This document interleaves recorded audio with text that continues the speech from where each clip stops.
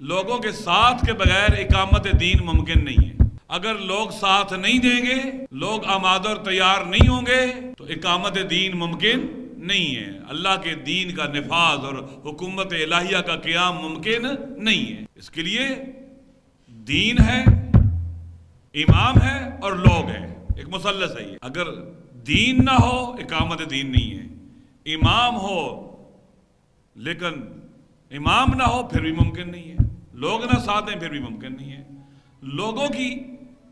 لوگوں کا نقش و رول بڑی اہمیت کا حامل ہے۔ اسی لیے مولا امیر المومنین جب ظاہری خلافت کی مسند پر بیٹھے تو کیا ارشاد فرمایا؟ لولا حضور الحاضر، اگر یہ لوگ حاضر اور موجود نہ ہوتے تو، لوگ حاضر ہیں، لوگ آ گئے میرے پاس، وقیام الحجہ بوجود الناصر، اور مدد ان لوگوں کی وجہ سے مجھ پر حجت تمام ہو چکی ہے۔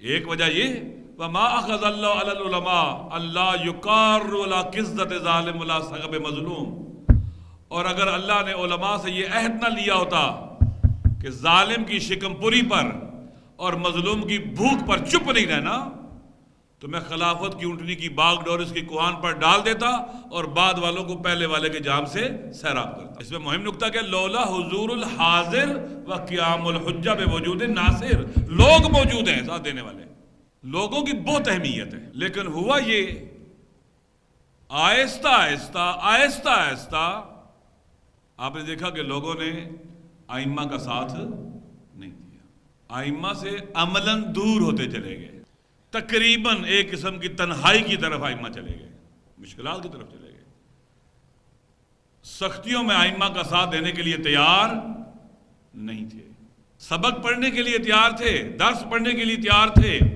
لیکن کار امامت میں امام کا ساتھ دینے کے لیے تیار نہیں تھے کہ امام اس ظالم نظام کو سرنگوں کرے اور خدا کے نظام کو حاکم اور نافذ کرے۔ لوگ ساتھ دینے کو تیار نہیں تھے۔ امام زندان میں چلا جاتا ہے، اور آج طرح کی زندان نہیں ہے جو بڑی بڑی دیواریں ہیں، نہیں، زندان ہوتے تھے، ایک آدمی کے گھر کو زندان بنا دیا جاتا، بیسمنٹ اس کا زندان ہے، ایک چوکیدار ملک میں کھڑا کر دیا تھا باہر۔ ایک امام کئی سال زندان میں رہے، کوئی جا کے زندان کو توڑے نہیں، جا کر لوگ جائیں نہیں، اس طرح کے جیل خانے نہیں تھے جیسے آج کل ہیں، کئی سال امام جیل میں رہے،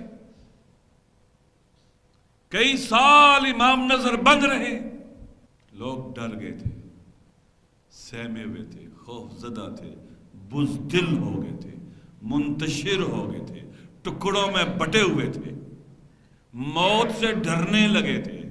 ایسے لوگوں کے ذریعے نظام حکومت قائم ہو سکتا ہے؟